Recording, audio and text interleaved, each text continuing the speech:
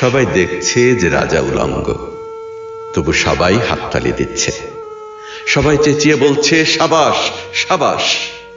কারো মনে সংস্কার, কারো ভয়, কেউ বা নিজের বুদ্ধি অন্য মানুষের কাছে বন্ধক দিয়েছে, কেউ বা পরান্নভোজী, কেউ কৃপা প্রার্থী, উমেদার, প্রবঞ্চক, কেউ ভাবছে রাজবস্ত্র সত্যি অতি সূক্ষ্ম, চোখে পড়ছে না যদিও তবু আছে, অন্তত থাকাটা কিছু অসম্ভব নয়।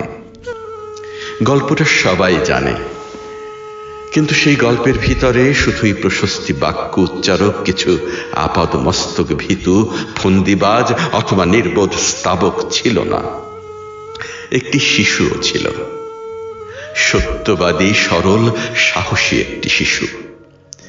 নেমেছে গল্পের রাজা বাস্তবের প্রকাশ্য রাস্তায়, আবার হাততালি দিয়ে উঠছে মুহুর্মুহু, জমে উঠছে স্তাবক বৃন্দের ভিড়। কিন্তু সেই শিশুটিকে আমি ভিড়ের ভিতরে আজ কোথাও দেখছি না। শিশুটি কোথায় গেল? কেউ কি কোথাও তাকে কোনো পাহাড়ের গোপন গুহায় লুকিয়ে রেখেছে?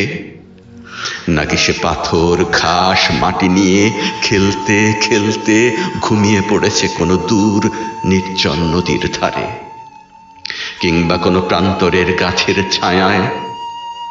যাও, তাকে যেমন করেই হোক খুঁজে আনো। সে একবার এই উলঙ্গ রাজার সামনে নির্ভয়ে দাঁড়াক। সে একবার এই হাততালির ঊর্ধ্বে গলা তুলে জিজ্ঞাসা করুক, রাজা তোর কাপড় কোথায়?